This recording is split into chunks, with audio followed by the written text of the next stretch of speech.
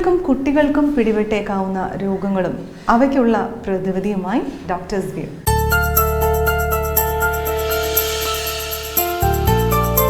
Morning sickness അഥവാ ഗർഭകാലത്തുണ്ടാകുന്ന ഛർദി, ഇവ എന്തുകൊണ്ടാണ് ഉണ്ടാകുന്നത്? അവ തടയുവാനായി നമ്മൾ എന്തൊക്കെ കാര്യങ്ങളാണ് ശ്രദ്ധിക്കേണ്ടത്? ഇവ എന്തൊക്കെയാണെന്ന് നോക്കാം. സ്ത്രീകളെ പ്രത്യേകിച്ച് പറയുകയാണെന്നുണ്ടെങ്കിൽ പ്രഗ്നൻ്റ് ആയിരിക്കുന്ന അവസരത്തിൽ ഏറ്റവും കൂടുതൽ അലട്ടുന്ന ഒരു പ്രശ്നമാണ് ഈ ഛർദി എന്ന് പറയുന്നത്. പ്രധാനമായിട്ടും ഈ ഛർദിൽ ഉണ്ടാകുന്നതെന്ന് പറഞ്ഞാൽ ആദ്യത്തെ 3 മാസത്താണ്, അതായത് പ്രഗ്നൻ്റ് ആയതിനു ശേഷമുള്ള ആദ്യത്തെ 3 മാസം. ഈ സമയത്ത് ഒരുപാട് ഛർദിയും അതുപോലെയുള്ള മറ്റു ശല്യങ്ങളും ഒക്കെ കാരണം സ്ത്രീകൾക്ക് ഒരുപാട് പ്രശ്നങ്ങൾ ഉണ്ടാവാറുണ്ട്. എല്ലാ സ്ത്രീകളുടെ ഒരു സംശയമാണ് എന്തുകൊണ്ടാണ് ഈ ഛർദിൽ ഉണ്ടാകുന്നത്, എല്ലാ സ്ത്രീകൾക്കും ഈ ഛർദിൽ ഉണ്ടാകുമോ എന്നുള്ളത്. സാധാരണയായിട്ട് പറയുകയാണെങ്കിൽ എന്താണ് പ്രധാനപ്പെട്ട ഈ ഛർദിൽ ഉണ്ടാകാനുള്ള കാരണം എന്ന് ഇതുവരെ കണ്ടുപിടിച്ചിട്ടില്ല. എന്നാലും പല തിയറീസ് അനുസരിച്ച് പറയുന്നത് എന്താണെന്ന് വെച്ച് കഴിഞ്ഞാൽ, നമ്മൾ ഗർഭിണിയായിരിക്കുന്ന അവസരത്തിൽ ആദ്യത്തെ മാസത്തിൽ നമ്മുടെ ശരീരത്തിൽ തന്നെ ഉണ്ടാകുന്ന ഒരു ഹോർമോണായിട്ടുള്ള HCGയുടെ അളവ് നന്നായിട്ട് കൂടുന്നത് മൂലമാണ് ഈ സമയത്ത് കൂടുതലായിട്ട് ഛർദിൽ ഉണ്ടാകുന്നത് എന്ന് പറയുന്നു. അതുപോലെ തന്നെ ഈസ്ട്രജൻ്റെ അളവൊക്കെ ശരീരത്തിൽ നന്നായിട്ട് കൂടുന്നു. ആൾക്കാർക്കൊക്കെ തന്നെ കൂടുതലായിട്ട് സെൻസിറ്റീവ് ആവുന്നു, സ്മെല്ലിനോടും അതുപോലെ മറ്റ് ഫുഡൊക്കെ കാണുന്നതിനോടും ഒക്കെ കൂടുതലായിട്ട് സെൻസിറ്റിവിറ്റി ഉണ്ടാകുക, ആമാശയത്തിൽ കൂടുതലായിട്ട് സെൻസിറ്റീവ് ഉണ്ടാകുക. ഇവയൊക്കെയാണ് പ്രധാനമായിട്ട് ഗർഭകാലത്ത് ഛർദിലുണ്ടാകാനുള്ള കാരണമെന്ന് പറയുന്നത്. സാധാരണഗതിയിൽ ആദ്യത്തെ ഒരു 3 മാസത്തിലാണ് ഈ ഛർദിലൊക്കെ കാണുന്നത്. അതിനുശേഷം കുറയുകയാണ് ചെയ്യുന്നത്. എന്നാൽ ചിലരിൽ ഈ 3 മാസത്തിന് ശേഷവും തുടർന്ന് നിൽക്കുന്നതായിട്ടും കണ്ടിട്ടുണ്ട്. മോർണിംഗ് സിക്നെസ് എന്നാണ് നമ്മളിതിനെ അറിയപ്പെടുന്നത്. എന്തുകൊണ്ടെന്ന് വെച്ച് കഴിഞ്ഞാൽ കൂടുതലായിട്ടും ഈ ഒരു ഛർദിലിൻ്റെ പ്രശ്നം ഉണ്ടാകുന്നത് നമ്മൾ ബെഡിൽ നിന്ന് എണീറ്റതിന് ശേഷമാണ്. പ്രധാനമായിട്ട് പറയുകയാണെന്നുണ്ടെങ്കിൽ നമ്മൾ എണീറ്റതിന് ശേഷം പല്ല് തേക്കുമ്പോഴാണ് ആ ഒരു ഛർദിലുണ്ടാകുന്നത്. അത് പ്രിവെൻറ്റ് ചെയ്യാനായിട്ട് എല്ലാ സ്ത്രീകളും അറിഞ്ഞിരിക്കേണ്ട കാര്യമെന്ന് പറയുമ്പോൾ അവർ ബെഡിൻ്റെ അടുത്ത് തന്നെ ബിസ്ക്കറ്റോ അല്ലെങ്കിൽ ക്രാക്കേഴ്സോ അങ്ങനെ എന്തെങ്കിലും ബെഡിൻ്റെ അടുത്ത് തന്നെ വെച്ചേക്കുക. അവർ എണീറ്റ ഉടനെ തന്നെ 1-2 ബിസ്ക്കറ്റോ അല്ലെങ്കിൽ 1-2 ക്രാക്കേഴ്സോ ഒക്കെ കഴിച്ചതിന് ശേഷം ഒരു 10 മിനിറ്റ് ബെഡിൽ കിടക്കുക. അതിനുശേഷം എണീറ്റതിന് ശേഷം മാത്രം പല്ല് തേക്കുക. അതിനുശേഷം മറ്റ് ആഹാരങ്ങൾ കഴിക്കുക. നമ്മൾ പിന്നീട് ശ്രദ്ധിക്കേണ്ട കാര്യം എന്ന് വെച്ച് കഴിഞ്ഞാൽ ആദ്യമേ തന്നെ ലിക്വിഡായിട്ടുള്ള ഫുഡ് കഴിക്കാതിരിക്കുക. ഇപ്പം രാവിലെ എണീറ്റ ഉടനെ തന്നെ ചായയോ അല്ലെങ്കിൽ മറ്റ് പാലോ ഒക്കെ കുടിക്കുകയാണെന്നുണ്ടെങ്കിൽ അത് അപ്പം തന്നെ ഛർദ്ദിച്ച് പോകാനായിട്ട് കാരണമാവുന്നതായിരിക്കും.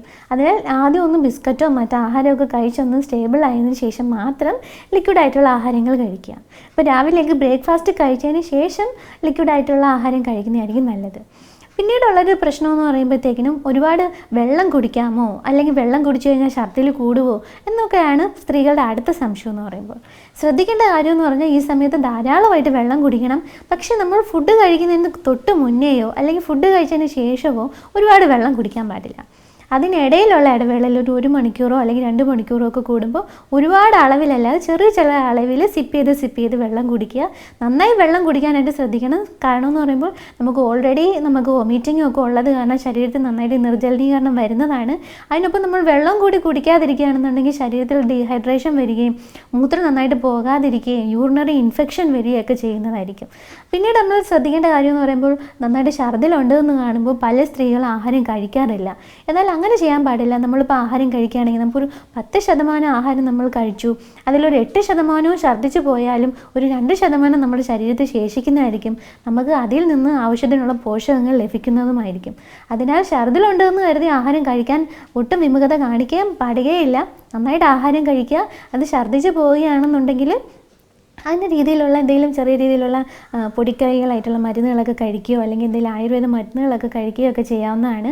നമ്മൾ ആഹാരം കഴിക്കാതിരുന്നാൽ ഉണ്ടാകുന്ന പ്രശ്നമെന്ന് പറയുമ്പോൾ നമ്മുടെ ആമാശയത്തിൽ നന്നായിട്ട് നമ്മുടെ ഫുഡിനെയൊക്കെ ഡൈജസ്റ്റ് ചെയ്യാനായിട്ടുള്ള ഡൈജസ്റ്റീവ് എൻസൈംസും അതുപോലെ മറ്റ് പല ആസിഡുകളും ഒക്കെ ഉണ്ടാകുന്നതാണ്. നമ്മൾ ഫുഡ് കഴിക്കാതിരിക്കുകയാണെങ്കിൽ അതൊക്കെ നമുക്ക് ആസിഡിറ്റിയും അതുപോലെ ആമാശയത്തിൽ അൾസറും ഒക്കെ ഉണ്ടാകാനുള്ള കാരണമാവുന്നതാണ്. അത് നമ്മൾ ഫുഡ് കഴിക്കുന്ന സമയത്ത് ഈ ആസിഡും മറ്റുള്ള സാധനങ്ങളൊക്കെ ന്യൂട്രലൈസ് ചെയ്തു പോകുന്നു.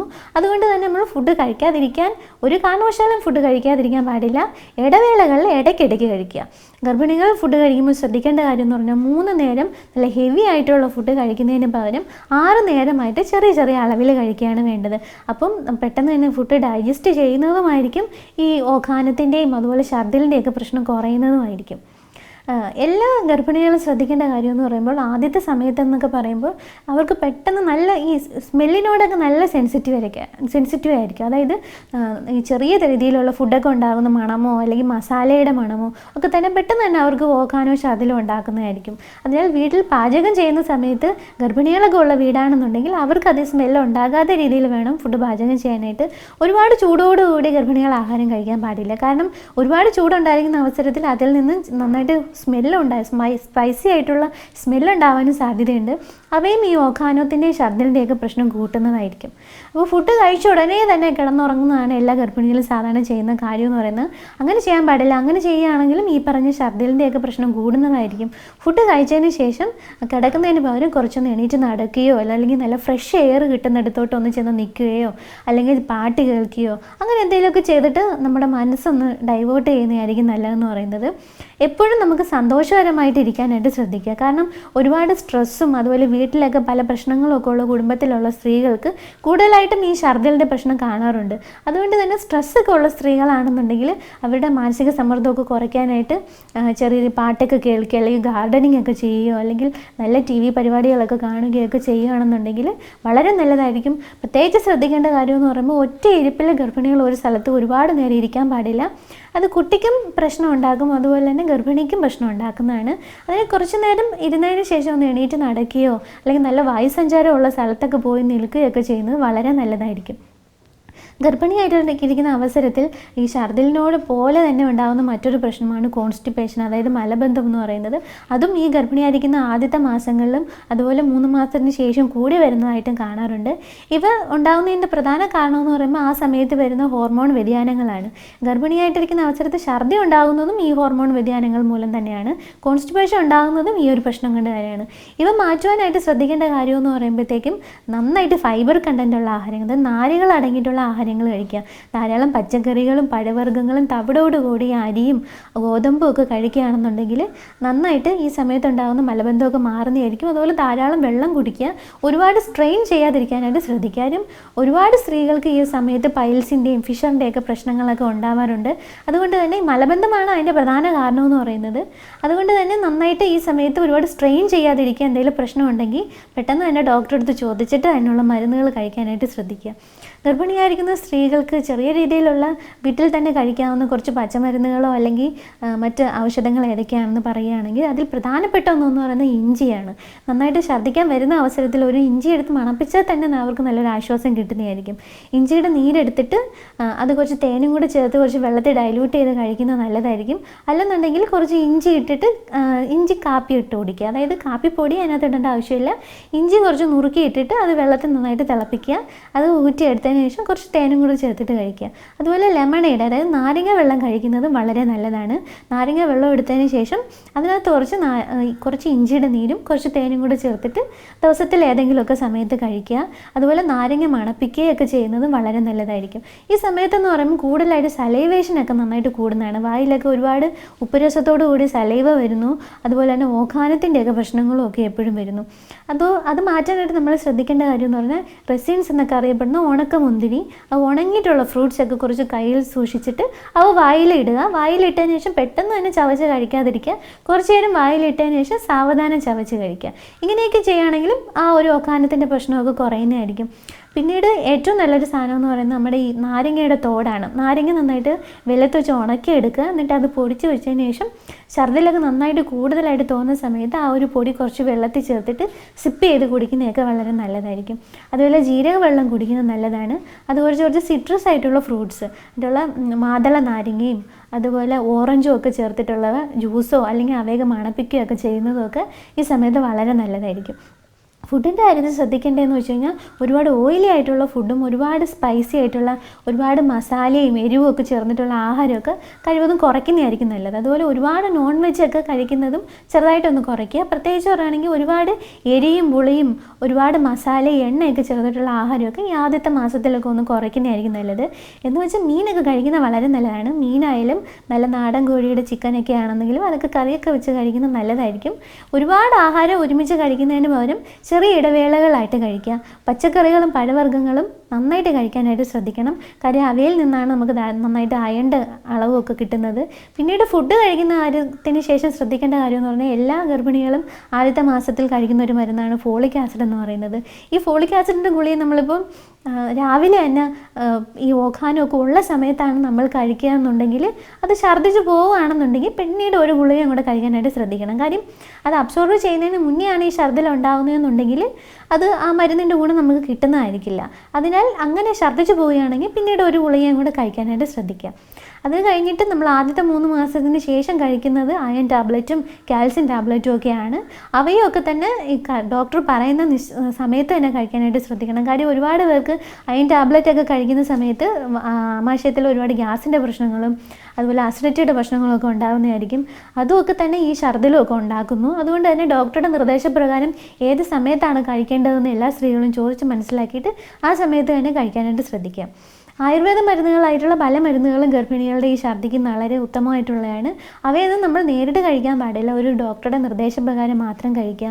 പ്രധാനമായിട്ട് പറയുകയാണെങ്കിൽ ധന്വന്തരം ഗുളികയൊക്കെ ഈ വാദം കൊണ്ടുണ്ടാകുന്ന ഈ ഛർദ്ദിലിനും വായുവിൻ്റെ പ്രശ്നങ്ങൾക്കൊക്കെ കൊടുക്കുന്ന വളരെ നല്ലതാണ്. അതുപോലെ വില്വാദി ലേഹ്യം, നയോപായം കഷായം. നയോപായം കഷായം എന്ന് പറയുമ്പോൾ നമ്മൾ കഷായമായിട്ട് തന്നെ വാങ്ങിച്ച് കഴിക്കാതെ അത് സിമ്പിളായിട്ടുള്ളൊരു യോഗമാണ്. അത് ഡോക്ടറുടെ നിർദ്ദേശപ്രകാരം നമുക്ക് വീട്ടിൽ തന്നെ ഉണ്ടാക്കി കഴിക്കാവുന്നതാണ്. അതിൽ കുറുന്തോട്ട് പാൽ കഷായമൊക്കെ ഉണ്ടാക്കി കഴിക്കുന്നത് ഒക്കെ തന്നെ ഈ ഒരു പറയുന്ന ഈ ഗർഭത കാലത്തുണ്ടാകുന്ന ഛർദ്ദിക്കും അതുപോലെ വായുവിൻ്റെ വികാരങ്ങൾക്കും ഒക്കെ വളരെ നല്ലതാണ്. അവയൊക്കെ തന്നെ ഡോക്ടറുടെ നിർദ്ദേശപ്രകാരം മാത്രം ചോദിച്ച് കഴിക്കാനായിട്ട് ശ്രദ്ധിക്കുക. നമ്മൾ ഫുഡ് കഴിക്കുന്നതിനോടൊപ്പം തന്നെ കുറച്ച് സൂപ്പായിട്ടുള്ള ആഹാരമൊക്കെ ഉണ്ടാക്കി കഴിക്കുന്നതല്ലായിരിക്കും. പ്രത്യേകിച്ച് പറയുകയാണെങ്കിൽ വെജിറ്റബിൾസ് ഒക്കെ ആണെങ്കിൽ നന്നായിട്ട് ഇഞ്ചിയും വെളുത്തുള്ളിയൊക്കെ ചേർത്തിട്ട് സൂപ്പ് പോലെയൊക്കെ വെച്ച് കഴിക്കുന്നത് ഗർഭിണികൾക്ക് നല്ലൊരു പോഷണം കിട്ടാനൊക്കെ വളരെ ഉത്തമമായിരിക്കും. ദിവസം ഒരു 2 ഏത്തപ്പഴമെങ്കിലും കഴിക്കാനായിട്ട് ശ്രദ്ധിക്കുക. ഫ്രൂട്ട്സിൻ്റെ കാര്യം പറയുകയാണെങ്കിൽ ആപ്പിളും അതുപോലെ മാതളവും ഒക്കെ കഴിക്കുന്നതും ഒക്കെ ഈ ഗർഭകാലത്തുണ്ടാകുന്ന ഛർദ്ദി കുറയ്ക്കാനായിട്ട് വളരെ നല്ലതാണ്. ആർക്കാണ് ഏറ്റവും കൂടുതൽ ഛർദ്ദിലുണ്ടാകുന്നത് എന്ന് സ്ത്രീകൾക്കൊരു സംശയമുള്ള കാര്യമാണ്. പ്രധാനമായിട്ട് പറയുകയാണെന്നുണ്ടെങ്കിൽ ജനറ്റിക്കായിട്ട്, അതായത് ഇപ്പോൾ ഒരു കുടുംബത്തിൽ ഒരു സ്ത്രീയുടെ അമ്മയ്ക്കോ അല്ലെങ്കിൽ സഹോദരിമാർക്കോ ഒക്കെ നല്ല ഛർദ്ദിലുണ്ടായിരുന്നവരാണെങ്കിൽ ചിലപ്പോൾ ആ സ്ത്രീക്കും കൂടുതലായിട്ട് ഛർദ്ദിലുണ്ടാകാനുള്ള സാധ്യതയുണ്ട്. അതുപോലെ ട്വിൻ പ്രഗ്നൻസി ആണെന്നുണ്ടെങ്കിലും അതുപോലെ നേരത്തെ തന്നെ അസിഡിറ്റിയുടെ എന്തെങ്കിലുമൊക്കെ പ്രശ്നം ഉണ്ടായിരുന്നു, വയറ്റിൽ H. പൈലോറി എന്ന് പറഞ്ഞ ബാക്ടീരിയയുടെയൊക്കെ പ്രശ്നം നേരത്തെ തന്നെ ഉണ്ടായിരുന്നവരാണ്, മൈഗ്രെയിൻ്റെയൊക്കെ പ്രശ്നം ഉണ്ടായിരുന്നവരാണ്, അല്ലെങ്കിൽ ആമാശയത്തിൽ തന്നെ എന്തെങ്കിലുമൊക്കെ അസുഖങ്ങളൊക്കെ നേരത്തെ ഉണ്ടായിരുന്നവരാണെങ്കിൽ അവർക്കൊക്കെ കൂടുതലായിട്ട് ഛർദ്ദിലുണ്ടാവാനുള്ള സാധ്യതയുണ്ട്. പിന്നീട് ഒരു സംശയം എന്ന് പറഞ്ഞാൽ എനിക്ക് ഛർദ്ദിലൊന്നും ഇല്ല, അതുകൊണ്ട് എനിക്ക് എന്തെങ്കിലും അബോർഷനായോ അല്ലെങ്കിൽ എൻ്റെ കുട്ടിക്ക് വളർച്ച കുറഞ്ഞു എന്നൊക്കെ ഒരു സംശയം സ്ത്രീകൾക്ക് ഉണ്ടാവാറുണ്ട്. ഛർദ്ദിലില്ല എന്ന് കരുതി ആരും പേടിക്കേണ്ട ആവശ്യമില്ല. കാര്യം ചില സ്ത്രീകൾക്ക് ഛർദ്ദിലിൻ്റെ പ്രശ്നം ഉണ്ടാവാറില്ല. അതുകൊണ്ട് അത് വളരെ തികച്ചും നോർമലായിട്ടുള്ള കാര്യമാണ്. അതിലൊട്ടും പേടിക്കേണ്ട ആവശ്യമൊന്നുമില്ല. അതുപോലെ ഛർദ്ദിൽ ഒരുപാട് കൂടുകയാണെങ്കിൽ അവയും പ്രശ്നമാണ്. ഇപ്പം മൈൽഡ് അല്ലെങ്കിൽ ചെറിയ രീതിയിലൊക്കെ ഉള്ള ഛർദ്ദിലായിരുന്നാണെങ്കിൽ നമുക്ക് ഈ പറഞ്ഞിട്ടുള്ള പൊടിക്കൈകളോ അല്ലെങ്കിൽ ആഹാരത്തിൽ വരുന്ന ഈ ക്രമീകരണങ്ങളൊക്കെ ചെയ്യുകയാണെന്നുണ്ടെങ്കിൽ അവയൊക്കെ നമുക്ക് കൺട്രോൾ ചെയ്യാൻ പറ്റുന്നതാണ്. എന്നാൽ ഓവറായിട്ട് ഛർദ്ദിൽ ഉണ്ടാവുകയാണ്, നമുക്ക് തന്നെ അറിയാം, നമുക്ക് വെയിറ്റ് ഗെയിനിങ് ഒന്നും ആ സമയത്ത് നന്നായിട്ട് വരുന്നില്ല, വെയിറ്റ് ഒരു 1-2 കിലോ കുറഞ്ഞു പോകുന്നു, അല്ലെങ്കിൽ മൂത്രത്തിൻ്റെ അളവ് നന്നായിട്ട് കുറഞ്ഞു, മൂത്രത്തിന് ഒരു കറുപ്പ് നിറം അല്ലെങ്കിൽ ചുമപ്പ് നിറം പോലെയൊക്കെ വരുന്നു, നമുക്ക് തന്നെ തോന്നുന്നു നമ്മുടെ ശരീരത്തിൽ നന്നായിട്ട് വെള്ളത്തിൻ്റെ അംശം കുറഞ്ഞിരിക്കുന്നു, തലകറക്കമുണ്ട്, അല്ലെങ്കിൽ ഛർദ്ദിക്കുന്നതിനകത്ത് രക്തം കാണുക, അല്ലെങ്കിൽ ഒരുപാട് തലവേദന എടുക്കുക, അല്ലെങ്കിൽ വയറുവേദന എടുക്കുക, അല്ലെങ്കിൽ പനി വരിക, ഇങ്ങനത്തെ എന്തെങ്കിലും സിംറ്റംസ് ഒക്കെ വരികയോ അല്ലെങ്കിൽ തൊണ്ടയിൽ നന്നായിട്ട് വേദന അല്ലെങ്കിൽ തൊണ്ടയ്ക്ക് ഒരു തടിപ്പോ ഇങ്ങനത്തെ പ്രശ്നങ്ങളൊക്കെ വരികയാണെങ്കിൽ എത്രയും പെട്ടെന്ന് തന്നെ ഒരു ഡോക്ടറുടെ സേവനം തേടുവാനായിട്ട് ശ്രമിക്കണം. ഒരുപാടൊക്കെ ഛർദ്ദിലുണ്ടാവുകയാണെന്നുണ്ടെങ്കിൽ ചിലപ്പോൾ ഗൈനക്കോളജിസ്റ്റിൻ്റെയൊക്കെ നിർദ്ദേശപ്രകാരം എന്തെങ്കിലും മരുന്നുകളൊക്കെ കഴിക്കേണ്ടി വരും. സാധാരണഗതിയിൽ 3 മാസത്തിന് ശേഷവും തുടർന്ന് നിൽക്കുന്ന ഒരുപാട് അളവിലൊക്കെ ഉള്ള ഛർദ്ദിലാണെന്നുണ്ടെങ്കിൽ അവയ്ക്ക് നല്ലൊരു ചികിത്സ തന്നെ വേണ്ടി വരും. കാര്യം എന്ന് പറഞ്ഞാൽ അവ മൂലം ഉണ്ടാകുന്ന കുട്ടിക്ക് വെയിറ്റ് നന്നായിട്ട് കുറഞ്ഞു പോകുവാനോ അല്ലെങ്കിൽ കാലമാവാതെ പ്രസവിക്കുക, അതായത് പ്രീ ടൈം ഡെലിവറി ഒക്കെ ഉണ്ടാകാനുള്ള സാധ്യതയുണ്ട്.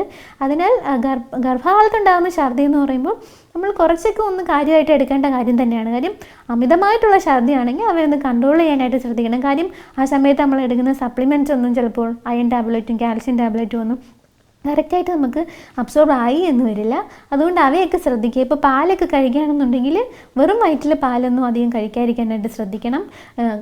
ഇഞ്ചിയും അതുപോലെ തന്നെ കാർഡമം എന്ന് പറയുന്ന നമ്മൾ ഏലക്കയൊക്കെ ചേർത്തിട്ട് കുറച്ചൊന്ന് ചവച്ച് കഴിക്കുക, അല്ലെങ്കിൽ വായിലിട്ട് അതിൻ്റെ നീരിറക്കുകയോ അതൊക്കെ ചെയ്യുന്നതും ഒക്കെ വളരെ നല്ലതായിരിക്കും. കുറച്ച് നല്ല മണമുള്ള നേരത്തെ പറഞ്ഞിട്ടുള്ള പോലത്തെ സാധനങ്ങളൊക്കെ ഒന്ന് മണപ്പിക്കുകയോ അല്ലെങ്കിൽ ഛർദ്ദിക്കാൻ തോന്നുന്ന അവസരത്തിൽ ഒന്ന് പുറത്തോട്ട് ഇറങ്ങി നിൽക്കുകയോ ഒക്കെ ചെയ്യുന്നതൊക്കെ വളരെ നല്ലതായിരിക്കും.